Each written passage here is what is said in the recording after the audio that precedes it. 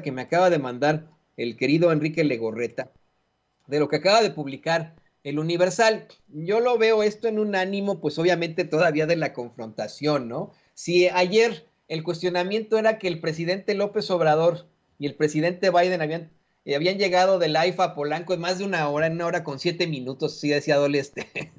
Hoy el cuestionamiento es que supuestamente ya hay una agenda dictada por Biden, así lo están manejando los medios de comunicación corporativos, desafortunadamente. Desde anoche se habla de cómo es que supuestamente, según ellos, según Cuadri, según la oposición, según medios como el Universal, fue Biden ahí a regañar a López Obrador y a puertas cerradas sin que ellos tengan pruebas o la grabación o nada. Según esto, a puertas cerradas, Biden regaña al presidente López Obrador, ¿no? Y bueno, las imágenes que vemos de ellos dos juntos siempre se abrazan. No sé si le puedo poner un David al público consentidor esas imágenes de cómo estaba el presidente mostrándole el Palacio Nacional y cómo se abrazan constantemente y casi casi se dan un beso ahí, ¿no? Los dos.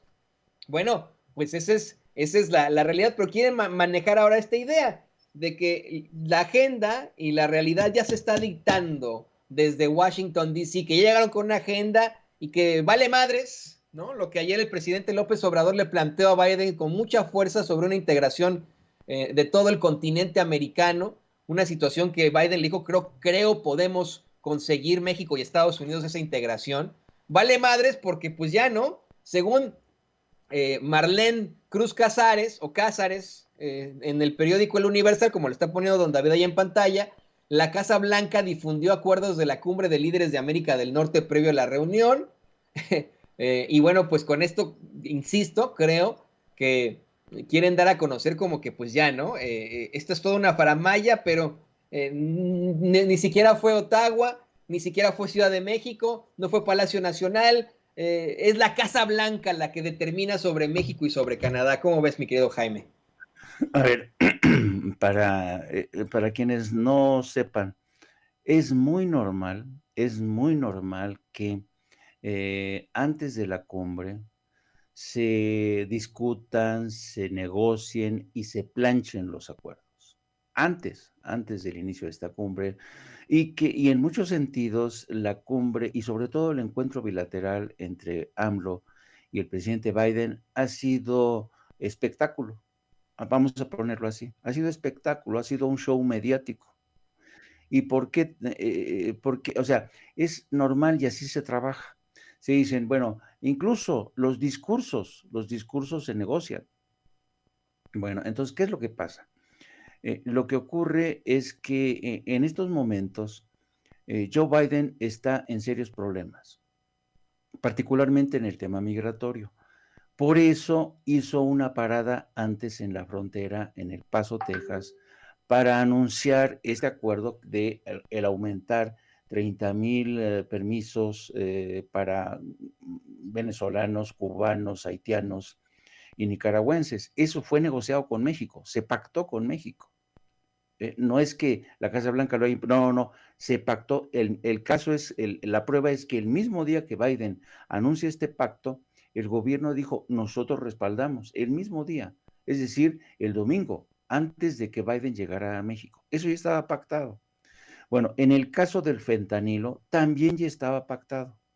Y lo que es más, nada más aterrizar la delegación de Estados Unidos, los periodistas que cubren Casa Blanca le preguntaron a Jack Sullivan, el jefe de asesores de la Casa Blanca, le dijeron, oiga, ¿qué va a pasar en esta cumbre?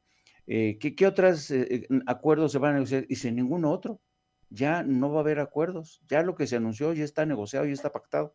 Así es que no esperen ustedes más acuerdos. Eso lo dijo Jack Sullivan.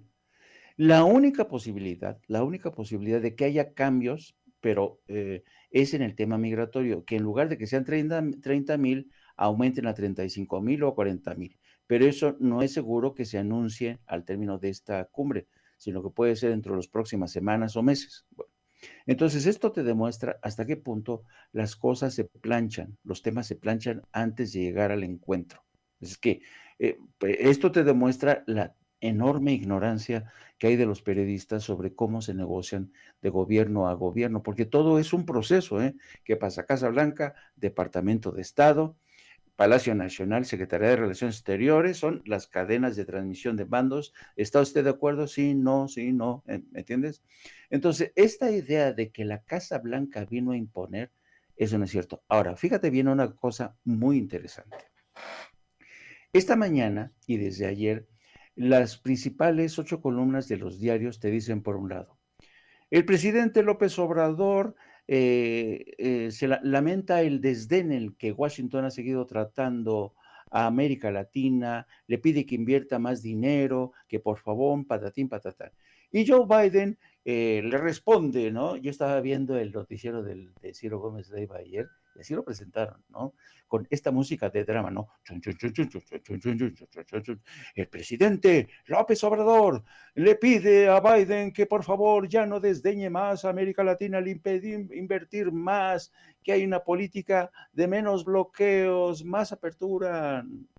Pero Biden le respondió, señor, ya no vamos a poner más dinero porque nosotros ponemos mucho más dinero que nadie y además no solamente nos interesa la seguridad de América Latina o México, sino tenemos también intereses en Asia, en la Europa del Este, pues, refiriéndose a la guerra en Ucrania. Entonces, lo ven como un encontronazo. Y más que encontronazo, yo creo que el de lo que estamos hablando, querido Toño, hablando en plata, es de diferencias de lo que es la geopolítica, los intereses de la geopolítica para cada cual. Y lo más interesante del caso es que al mismo tiempo en que López Obrador le pide a Biden, por favor, que reconsidere su posición hacia América Latina, que la vea como una oportunidad, él tiene la llave para integrar a todo el hemisferio, para hacernos un hemisferio occidental, a toda América más fuerte frente a Asia, Europa.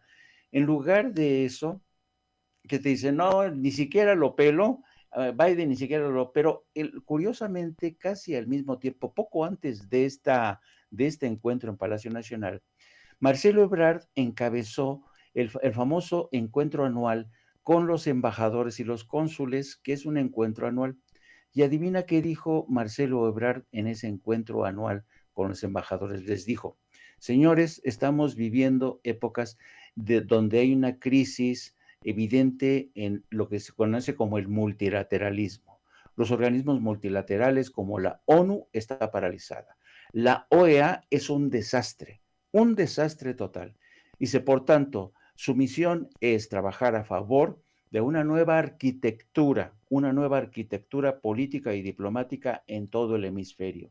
Hay que hacer nuestro trabajo, hay que reemplazar a la Organización de Estados Americanos, hay que apostar por la CELAC porque la OEA es un desastre. Hay que ver de qué manera reconfiguramos la arquitectura diplomática, nuestra geopolítica va por aquí. Entonces, lo interesante del caso es que mientras el presidente AMLO le dice a Biden, señor, por favor, ponga más atención, no, no podemos, en México ya está en lo suyo, ya está con su propia agenda en materia de política exterior. Entonces, para aquellos que dicen que no, que ni nos pelan, pues puede ser que no nos pelen, pero eso va a detener al presidente y la 4T de seguir con su propia agenda en materia de política exterior. Entonces, esto es lo fascinante, porque antes, querido Toño, a los del PRI, a los del PAN, a Felipe Calderón, a Enrique Peña Nieto, a Vicente Fox, les imponían la agenda desde Washington. ¿No te acuerdas de aquella frase de come si te vas que le impusieron a Vicente Fox cuando que le dijera a No, pero pues ahí este... tienes a Pascal Beltrán del Río diciendo que eran grandes amigos Fox y Bush y que, hay que alabar a Fox por la relación que tuvo con Exacto. Bush, ¿no?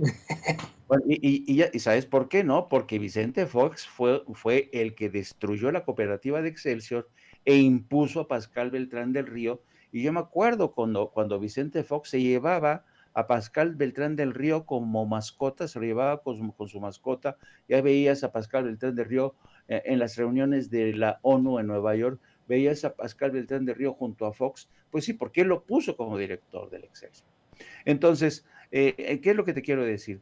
que el presidente López Obrador ya tiene una visión de la política exterior de México hacia el hemisferio y que Washington no quiere acompañar, muy su problema, ¿eh?